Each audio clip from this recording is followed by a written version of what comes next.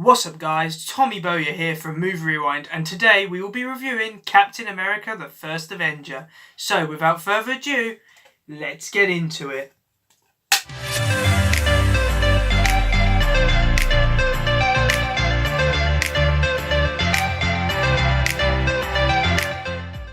So in terms of character development, this film does quite a good job in developing the character of Steve Rogers, who becomes Captain America, because he's a very likeable character. He's not selfish in any way, he just wants to stand up for his country. He wants to be involved in the war, and it's kind of this story about someone who mentally wants to fight, however physically being let down. And that's why he goes through all the experiments and becomes Captain America, this war hero. And the development on his character is done really well. Now, I will say that he becomes Captain America. It could have gone a tiny bit slower. I feel once he's become Captain America, there's just like a montage showing his progression, and then that's it. It's kind of at the final kind of battle kind of thing. I feel like that could have been done differently. You could have seen him progress more than that. In terms of the other characters, Peggy Carter, the development on her is done brilliantly. I like her relationship with Captain America. I think it's a really good relationship, one of the strongest in the MCU. So I'm going to give character development an 8 out of 10 because I can't really find any fault with it. I would just say that I would have liked to see Captain America's story progress a little slower. As for the performances, I'd say the standout performances are Chris Evans and Hayley Atwell. They share great chemistry and they've got a really good relationship on screen, and you were really invested in that and you want to see them be together. And it is kind of heartbreaking at the end of this film when you realise that they never really had time to be together. Hugo Weaving is just a villain. You know, he plays great villains and he's great as Red Skull. He gives a great performance.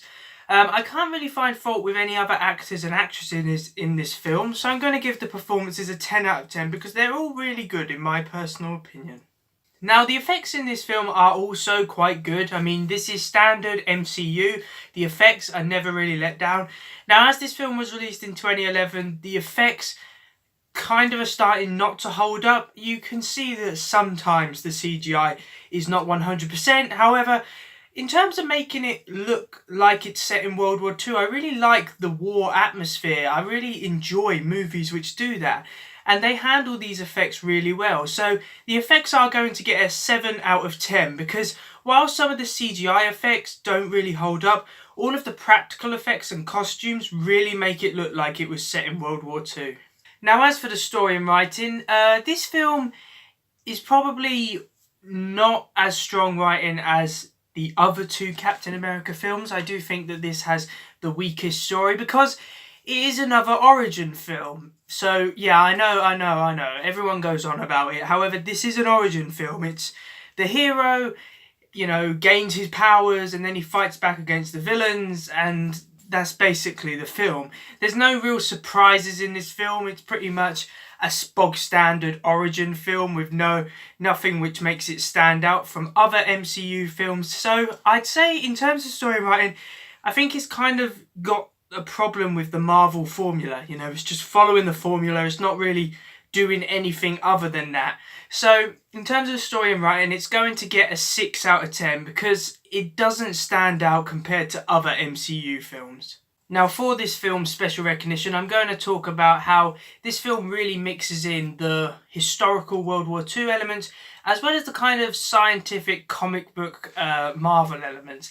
Now, they blend together really quite well. In this film, even though it's set in World War II and, you know, they've got like the Tesseract and things like that, you don't really find much of a fault with it because it all just blends so well. A lot of people can see this film and say, well, you know, it's not historically accurate, obviously, because it's got magical things in. It's got an Infinity Stone in it, for crying out loud.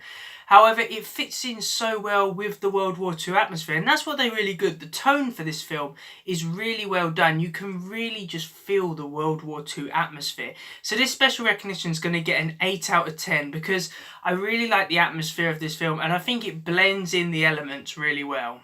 In conclusion, Captain America the First Avenger is really just following the Marvel formula. It's playing it safe quite a lot. It does have great performances by Chris Evans and Hayley Atwell, who really share great chemistry on screen. And that is why Captain America the First Avenger gets a well-deserved 39 out of 50, which gives it a grade 2 ranking. Now, honestly, I did enjoy this film. However, it is the weakest of the Captain America trilogy. So thanks for watching, guys. I really do hope that you enjoyed my Captain America the First Avenger movie review. Please remember to like, comment and subscribe in order to receive great and maybe even improved quality content in the future. And I will see you in another one. See ya!